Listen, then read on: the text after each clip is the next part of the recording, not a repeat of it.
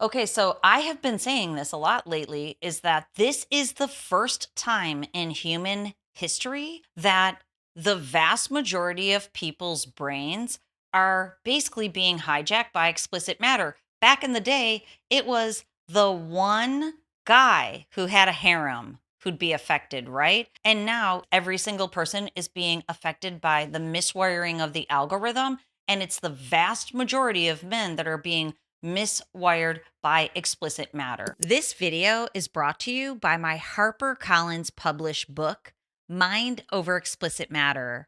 If you're ready to quit porn and reclaim your life mentally and physically, go over to drtrishleigh.com/book. This slideshow is called Your Arousal Isn't Broken. It's being hijacked. Now, we think of arousal as sexual arousal dysfunction, but I also want to point out this is baseline arousal that we're talking about. Arousal means how you feel and perform throughout the day. You're supposed to feel calm and alert all day long, right? And I know the vast majority of people don't. They feel wired, they feel tired. Those are arousal dysfunctions. If you feel numb, if you feel drained, if you feel stressed, arousal dysfunctions. So if you're feeling any of these things, and if you feel the pull back to the screen, whether it be explicit matter, whether it be lots of YouTube videos or long form video, whether it be notifications, reels, seeking, scrolling, all of that is a dopamine behavior. It's a supernormal stimulus, which is why we're calling the nonprofit the Supernormal Project. I want you to know it's not broken. I work with so many people who think they are stuck and they will never perform sexually, but I would contend it's experience a healthy, intimate life or never feel good again. And I want you to know you indeed can. So the hijack that we're talking about today is called prediction error. Prediction error basically is the algorithm will, keep you hooked by you're not sure if that next awesome thing is coming. And especially if you are wrapped up in explicit matter, you are looking for the next thing that delivers more dopamine into your brain. That's the hijack. The algorithm is engineered very specifically to do that to you. Explicit matter is very specifically engineered to keep you hooked and to not let you go. That's the hijack. The hijacker in the brain, which somebody had talked about, had referenced that they were hijacked yesterday. What that means is the hijacker jumps into your car, the car of your life, and takes over the steering wheel and takes you on the off-ramp and just takes you wherever that hijacker wants to take you, which is usually into isolation, into more content, into more explicit matter. Now, what this graph represents is that the yellow line is supposed to be healthy arousal. So first, let's talk about just being excited to go somewhere. Then we'll make the correlation into sexual arousal, right? Let me think if I have anything cool coming up that I'm excited to do. My daughter jumps horses. She's really good. She's a talented equestrian. So she has a horse show coming up. So we're both very excited to go to that. The way that the excitement plays out is the building of anticipation slowly over time. And then we finally will go to the horse show. Hopefully she crushes it and gets a blue ribbon.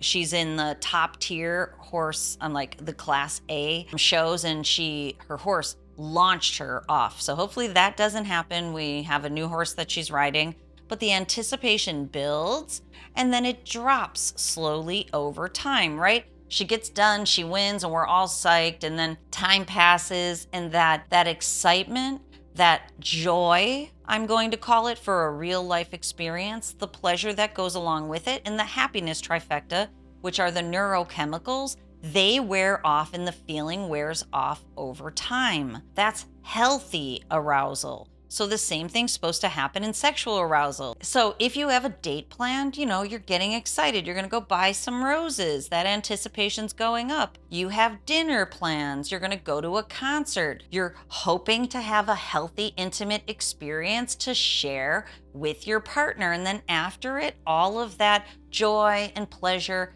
the healthy levels of dopamine, serotonin, oxytocin for pleasure, joy, and connection will come down. Now, the red line is clearly the hijack.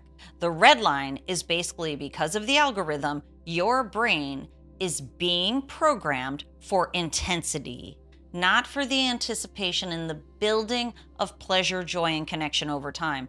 It's looking for intensity. The notifications do it. Clearly Explicit Matter does it. Even, videos will do it. It keeps your brain hooked, and it goes from zero. It actually stagnates here. This is what it's showing. It doesn't build over time.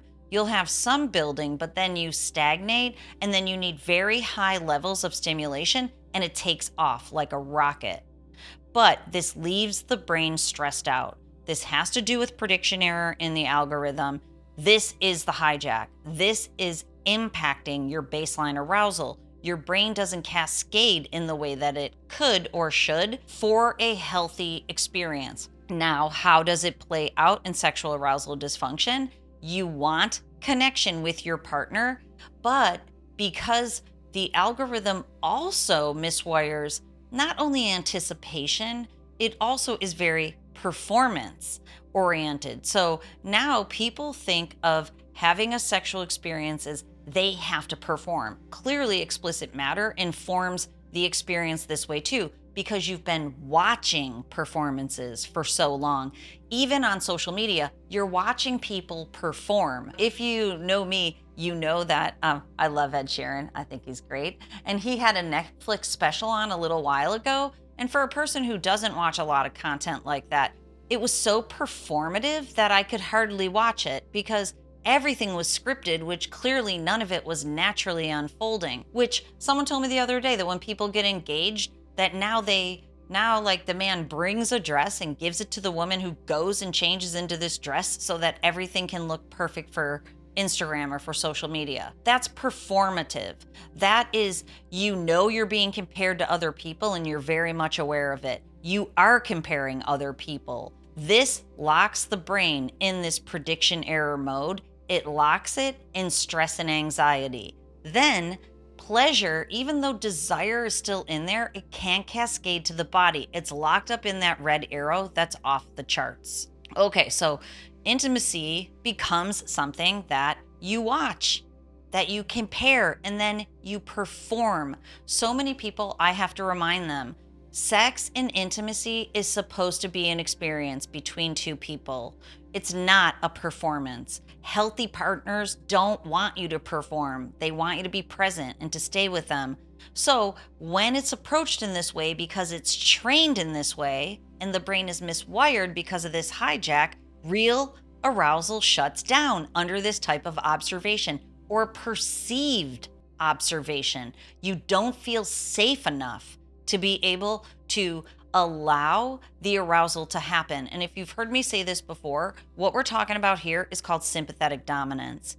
To be able to have healthy baseline arousal and then, of course, healthy sexual arousal, you have to have a combination of your system being on a bit sympathetic, but not sympathetic dominance, meaning there's enough activation there. You also need a lot of parasympathetic, which is rest and relax. You have to be relaxed enough to be able to be aroused. This is how arousal shuts down. Okay, so let me show you what the miswire looks like. We talked about this last week where now the signal gets distorted and it's all internalized. So this miswire that I'm going to show you on a scientific study in just a second makes it so that you can't feel pleasure with another person, especially when you've been going back to the algorithm. Your brain becomes linked to the high stimulus of the supernormal stimuli, which is seeking and scrolling, performative videos, and then of course explicit matter. And we'll talk about the rewire in a second. So for today, the miswire that we're going to talk about is reduced striatal activation. This is a research study that basically shows that the brain gets locked up in this prediction error and in this mode of being too stressed out to allow the healthy performance and experience. This brain map shows very clearly what I have identified as drained brain. So not only was the brain in strained brain for a long time, strained brain is the opposite brain pattern that we see here. Strained brain, basically, where it's blue, it's red in strained brain. then if you stay in that stressed out mode, your brain tips into drain brain. Not enough arousal. Today I have a more complex map. This isn't the full map, but this is a more complex map than just the two heads that I've shown in the videos lately. I'm going to ramp up the complexity in the map so we can look at them together. So here we see these are the slower speeds at the top of the map. In the middle of the map is speeds that are called alpha. Low alpha is this yellowish greenish. You can see it looks like it's normalized or it's optimized, but it's not. It's actually running low. You can see that because there's so much blue and red elsewhere. In high alpha is very high, mostly across what are called the temporal lobes over the ears. The temporal lobes are areas that are known for emotional regulation, also auditory processing. A lot of the people that I work with that are addicted to pornography or have screen-based addictions and are hooked on explicit matter, they also will struggle with tinnitus or tinnitus, ringing in the ears. Many people can feel sensations. It's because the temporal lobes are impacted. Also across the frontal lobe, we know from fMRI studies I've already shared this year on this channel that the prefrontal cortex diminishes function and it even diminishes in structure, meaning that the brain structure decreases and the functioning decreases. Prefrontal cortex is what separates us from animals. It's the areas for thinking and what's called executive function. You can see this brain has a lot of high alpha. High alpha is neutral. It's basically numbed out, looking for stimulation. This is the brain pattern of dopamine dependency. I've recently completed a study of 200 brain maps showing that this is the brain map that is associated with porn-induced erectile dysfunction. And I'm totally psyched to get it into the scientific literature. I just haven't had time. And I'm looking forward to getting time. So this is why arousal shuts down when the brain stays on high alert for a long time. So whether you know it or not, when you go back to the algorithm, whether it be explicit matter or at lower levels, you're accidentally locking your brain in a neurorigid pattern of high alert. What I want to share with you is that the rewire is absolutely pivotal and it can happen. You can start with the brain hack strategies that I give you here. I'm also going to talk about the advanced technology, but you know how it starts. Stop comparing. Start connecting in the real world. Here's food for thought for you while you're out there. How much have you connected with real people in real life? We live such a screen-based life this day. Modern living is really harsh on brains. So what we're talking about is we need to create more stability over constant stimulation. It's imperative to bring the system down and to try to give up a little on all the stimulation. What that does is it removes the threat from intimacy. So what we're talking about is threat detection. It also reduces the brain's constant alert mode. So threat detection leads to vigilance or hypervigilance, which we see in the brain pattern. And you can retrain your brain so you can feel safe, and then your arousal response can return. Okay, this is a recent graph. This is different than the ones that I've shared with you. This graph is within a session, and this is what I wanted to show you. This is high beta and beta, that stress response going up. This is what leads to drain brain. This is basically strain brain increasing over time, very much like that red arrow we saw on the hijack. Okay, here comes your brain hack for the day. Relational gaze. I started to talk about this last week. When's the last time you sat and you looked at somebody in the eyes, when you really connected with them? That's the goal for today. No touching, and then here, check this one out. No agenda, no outcome. In another video that I just recorded, there's a different brain hack where I talk about no judgment exposure. So in this exercise, you also don't want to judge. And if you do judge yourself or the other person, take a look at that judgment and see what it's telling you. But this is about a time of being present and connecting with another person. And it may feel weird to you if you haven't really done that, because we do this all day long, right? look into cameras, we look into screens, we sit next to each other. We don't connect with people through relational gaze. What happens is, here's another visual reminding you that your brain controls your organs through the vagal nerve. Your brain is sending the signals to your sexual organs. This is how air in the brain causes SAD. So air in the brain is arousal inhibition response.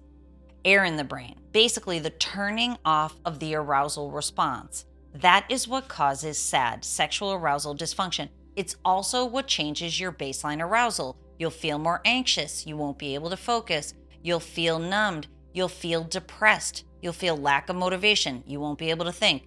You won't be able to plan and organize those executive function skills. I want to remind you, your brain is the supercomputer that is controlling your mind and your body. And another visual. And so when you use the brain hack, grounded embodied desire replaces urgency, and it replaces the need for very high dopamine spikes. Arousal becomes responsive. People confuse this after years or decades of consuming explicit matter, because basically pornography is portrayed in the exact opposite of healthy intimacy.